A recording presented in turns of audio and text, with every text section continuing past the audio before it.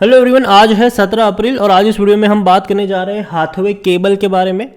देखिए, छोटी सी कंपनी है ये, 13 रुपये का शेयर है। आज भी गिरावट हमें यहाँ पर देखने को मिली है और आज कंपनी के Q4 के नतीजे भी सामने आ चुके हैं।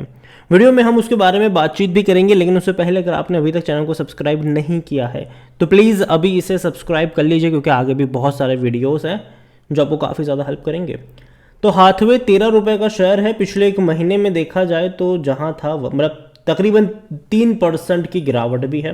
हालांकि गिरा फिर तेज़ी भी आ गई, लेकिन अगर एक साल की बात करें तो ग्राफ अच्छा नहीं है। 32% की गिरावट है, लगातार गिरा है। बीच बीच में अटेम्प्ट करने की कोशिश ज़रूर करी है, फिर गिर गया है ये। पहले क्या था कि एटलीस्ट 16 रुपये के आसपास एक सपोर्ट लग रहा था, लेकिन जब से वो सपोर्ट लेवल भी तोड़ा है ये हर बार गिरता जा रहा है। और कंपनी के जो रिजल्ट्स अगर हम देखें तो वो भी कुछ ठीक ठाक नहीं आ रहे हैं। देखो, पिछले 5 साल में अगर हम देखें तो डेफिनेटली एक बड़ी रफ्तार इसने पकड़ी ज़रूर थी, लेकिन फिर भी 65% की गिरावट है। कोविड के टाइम पर भी ये 13 रुपये तक गया था। देखो, कोविड के टाइम इतना बुरा टाइम था, तब भी ये 13 रुपये 25 पैसे से बाउंस बैक कर गया था। बाद में अगर आप देखो तो ग्राफ उसके बाद लगातार गिर रहा है, लगातार। सपोर्ट बीच में बन जरूर रहा था 16 रुपये के आसपास, लेकिन उसको भी तोड़कर ये नीचे की तरफ जाता नजर आ रहा है। और कह सकते हैं कि 5 साल के सबसे लोवेस्ट प्राइस के आसपास ये बैठा है, पिछले 5 साल के सबसे लोवेस्ट प्राइस पर। और जो नतीजे आए हैं वो भी उतने ज़्यादा एक्साइटिंग नहीं है। कंपनी ने लॉस ही किया हुआ है। हाथवे के बारे में अगर हम देखें तो हाथवे को इस बार लॉस हुआ है 14 करोड़ 60 लाख रुपयों का लॉस हुआ है इन्हें। और ये बड़ा लॉस है, क्योंकि पिछले साल इसी क्वार्टर में इनका प्रॉफिट था 28 करोड़ का। 28 करोड़ 40 लाख के आसपास का प्रॉफिट था, तो उसके मुकाबले लॉस हुआ है। यहाँ पर अगर हम ऑपरेशन मतलब रेवेन्यू की बात करें तो रेवेन्यू भी इनका तकरीबन 460 करोड़ के आसपास रहा है, जो कि तकरीबन 2.5% ज़्यादा है पिछले साल के 450 करोड़ के मुकाबले। रेवेन्यू में 2.5% की तेज़ी है, लेकिन कंपनी प्रॉफिट से लॉस में आ चुकी है। और देखा जाए तो यहाँ पर आप देखिए, if the revenue from the broadband business की अगर हम बात करें तो वो रहा है तकरीबन 160 करोड़ का, और जो केबल टीवी वाला रहा है वो 300 करोड़ का इनका बिजनेस रहा है। देखिए, ब्रॉडबैंड और केबल टीवी का जो बिजनेस है डेफिनेटली एक अच्छा बिजनेस है, लेकिन रिलायंस जियो की एंट्री के बाद कंपटीशन बाजार में बढ़ चुकी है। और देखा जाए तो हाथवे के भी जो मालिकाना हक है वो किन के पास है? मुकेश अंबानी के पास है, रिलायंस इंडस्ट्रीज़ के पास है। और कहीं ना कहीं अगर आप देखो तो हाथवे का डेन नेटवर्क का ज़्यादा इस्तेमाल किया गया है रिलायंस जियो को बड़ा बनाने के लिए।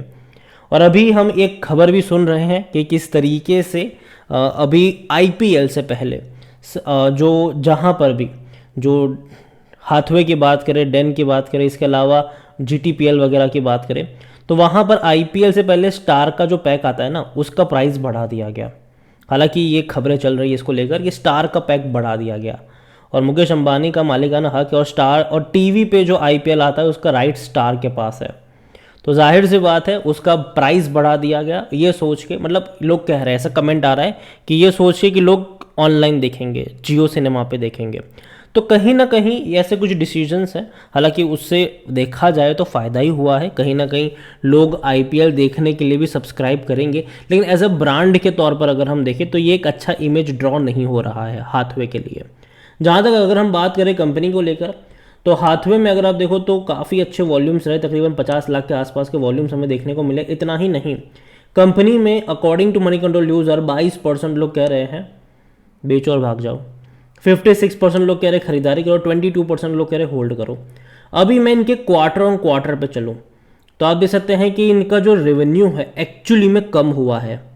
ठीक है, जो दिसंबर में रेवेन्यू था वो 480 करोड़ का था, इससे पहले 475 करोड़ का था। और इस बार कितना हुआ है रेवेन्यू? तो वो कम रेवेन्यू हुआ है। इस बार का रेवेन्यू 460 करोड़ से भी कम रहा है। तो देखा जाए तो ये जो कैंडल है ये नीचे की तरफ कम वाली कैंडल आएगी। सितंबर और दिसंबर क्वार्टर के पिछले 2 क्वार्टर के मुकाबले मार्च में रेवेन्यू कम आया है इनका, जबकि एक्सपेक्टेड था कि ज़्यादा आना चाहिए था आईपीएल की वजह से भी। ठीक है, यहाँ पर अगर हम बात करें प्रॉफिट्स को लेकर तो यहाँ पर देखिए पिछले 5 क्वार्टर से कंपनी लगातार प्रॉफिट कर रही है। हालांकि उससे पहले भी प्रॉफिट ही था, देखो 28 से 30 करोड़ ही सही, लेकिन क्वार्टरली कंपनी प्रॉफिट कर रही थी। दिसंबर में 28 करोड़, फिर 30 करोड़, इस बार लॉस दिखाया है, और वो भी तकरीबन 15 करोड़ का। और ये सही साइन नहीं है कंपनी के लिए कि कंपनी रेवेन्यू कम हो रहे हैं, कंपनी लॉस रिपोर्ट कर रही है। हाथवे को लेकर अगर हम देखें तो हाथवे में यहाँ पर 36 का इसका पी रेशियो है। हालांकि कोई भी एनालिस्ट खरीदारी करने की बात नहीं करे, और इवन जो रिजल्ट्स आए हैं वो भी उतने अच्छे नहीं। और मैंने पहले भी कहा था, अगर आपको पता हो तो दो दिन पहले मैंने हाथवे के ऊपर ही वीडियो बनाया था, जहाँ पर मैंने कहा था कि नतीजे से कुछ खास एक्सपेक्टेड नहीं है, और अगर ख़राब आते हैं तो असर पड़ेगा यहाँ पर। तो कल जब बाज़ार खुलेगा हाथवे का शेयर फोकस में रहेगा कि रिजल्ट्स की वजह से रेवेन्यू भी कम हुए हैं और कंपनी आई है प्रॉफिट से लॉस में आई है। प्रमोटर के पास 75% की होल्डिंग ज़रूर है, और यहाँ पर बड़े फंड हाउस अगर आप देखो तो कम क्वांटिटी लेकर बैठे हैं। 0.90% है म्यूचुअल फंड के पास, 0.11% है डोमेस्टिक इंस्टीट्यूशन के पास, 6.64% है एफआईएल्स के पास, रिटेल और अदर की मिलाकर बनती है 17.35%, जिनमें से रिटेल इन्वेस्टर्स 12.36% की होल्डिंग लेकर बैठे हुए हैं। ओवरऑल हाथवे को लेकर मैं इतना ही कहूँगा कि कंपनी जो है वो उतने सही दौर से नहीं गुजर रही है। और देखो काफ़ी लोग कहते हैं कि आज से मतलब इतने साल पहले तो आपने कहा था कि मौके बन रहे बाइंग के, अगेन तब की फंडामेंटल्स कुछ और थी, अभी कुछ और है। अभी अगर आप देखो तो अगर मैं इनके आपको दिखाने की कोशिश करूँ तो तब जो था वो पहले बढ़ रहा था, इनका प्रॉफिट अगर आप देखो तो धीरे धीरे बढ़ रहा था, प्रॉफिट नेगेटिव से प्रॉफिट में आया था। और यही वजह थी कि मैंने जब बाइंग के लिए भी बोला था तब वो कोविड के टाइम का था, और जब बहुत बड़ी रफ्तार भी हमने देख ली थी, और जब बड़ी रफ्तार आई थी तब मैंने कहा था कि अब मौके नहीं बन रहे हैं। तो मैं यही कहूँगा आपसे कि हमेशा कोई भी कंपनी हो, क्वार्टर ऑन क्वार्टर इवैल्यूएशन बनता है उस कंपनी का। अभी आप इन्फोसिस की ही बात कर लो, अभी हाल फिलहाल में फंडामेंटली स्ट्रांग कंपनी है, कोई दिक्कत की बात नहीं है, लेकिन आज ये 12% तक इन्फोसिस का शेयर गिर गया था। क्यों? क्योंकि रिजल्ट्स अच्छे नहीं थे, और अभी भी शायद इन्फोसिस में अभी 1-2 हफ्ता बाइंग के मौके नहीं बनेंगे। तो ये चीज़ है कि भैया फंडामेंटल्स कंपनी कब सही होती है कब गलत होती है वो देखना ज़रूरी है। आप ऐसा नहीं कि कोई अभी वो मतलब माहौल गया कि आप किसी भी कंपनी को 5-10 साल के लिए रख के भूल जाते हो, ठीक है। अब आपको हर कंपनी को भैया क्वार्टरली इवैल्यूएट करना पड़ता है कि company quarter on quarter perform कर भी रही है कि नहीं कर रही है। अगर नहीं कर रही है तो हटाओ इसको, अगर कर रही है तो चलो रहने दो। यहाँ पर फंडामेंटली स्ट्रांग है तो एवरेज करो, फंडामेंटली स्ट्रांग एवरेज मतलब फंडामेंटली कंपनी स्ट्रांग नहीं है और लगातार गिरता जा रहा है तो कभी भी एवरेज तब नहीं करना चाहिए। तो हमेशा इस चीज़ को याद रखिए कि कहाँ पे फंडामेंटल्स अच्छे हैं, कहाँ पे फंडामेंटल्स अच्छे नहीं हैं। और अभी हाथवे मुझे लगता है कि सही नहीं चल रहा है।